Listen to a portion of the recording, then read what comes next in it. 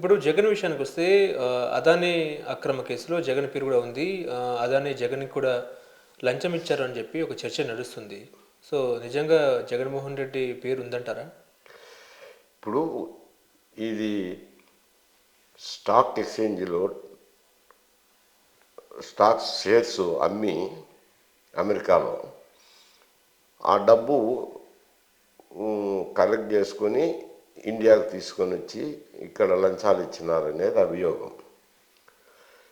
ఈ అభియోగం ఏమంటే అమెరికా చట్టాల ప్రకారము లంచం ఇవ్వడం అనేది పెద్ద నేరం.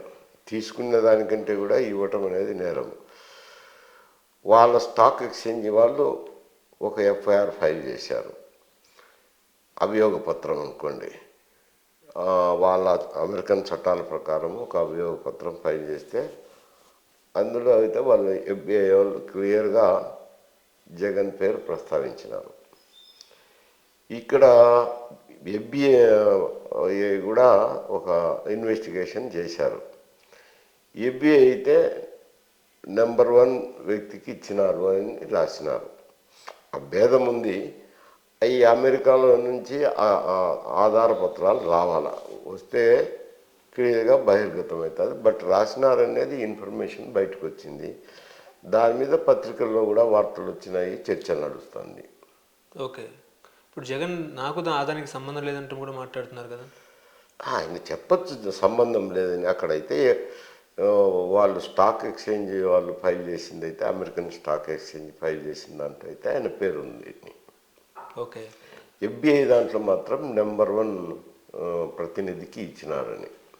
ఇప్పుడు జగన్మోహన్ రెడ్డి మీద ఈ ప్రభుత్వం ఏమైనా చర్యలు తీసుకునే అవకాశం ఉందా? అంటే అక్కడ కేసులు అవి ఏం టర్న్ తీసుకుంటాయి, ఈవెంట్స్ని బట్టి ఇక్కడ చర్యలు ఉంటాయి. ఇప్పుడు వీళ్ళు డైరెక్ట్గా తీసుకునే దానికి లేదు కదా, అది అమెరికన్ ఏజెన్సీస్ ఇన్వెస్టిగేషన్ చేసినాయి. ఇక్కడ భారతదేశ ప్రభుత్వం చర్యలు తీసుకునేదానికి అక్కడ ఏం చర్యలు ఎట్టెట్లుంటాయి అవి తీసుకున్న తర్వాత ఆరోపణలు ఏమవుతాయని తెలిసిన తర్వాత ఇక్కడ వీళ్ళు దాన్ని బట్టి ఏదైనా చర్యలు తీసుకోవాల్సింది ఒకటి. రెండో అంశం ఏమిటంటే అదానికి కేంద్ర ప్రభుత్వంలో ఉన్న పెద్దలకు మంచి తత్సంబంధాలు ఉన్నాయి. అదాని ఇన్వాల్వ్మెంట్ ఉంది కాబట్టి అది క్లియర్గా తెలుస్తుంది కదా. ఉంది కాబట్టి మరి ఎంత మేరకు చర్యలు తీసుకుంటారు అనేది అదొక సందిగ్ధం ఉంది.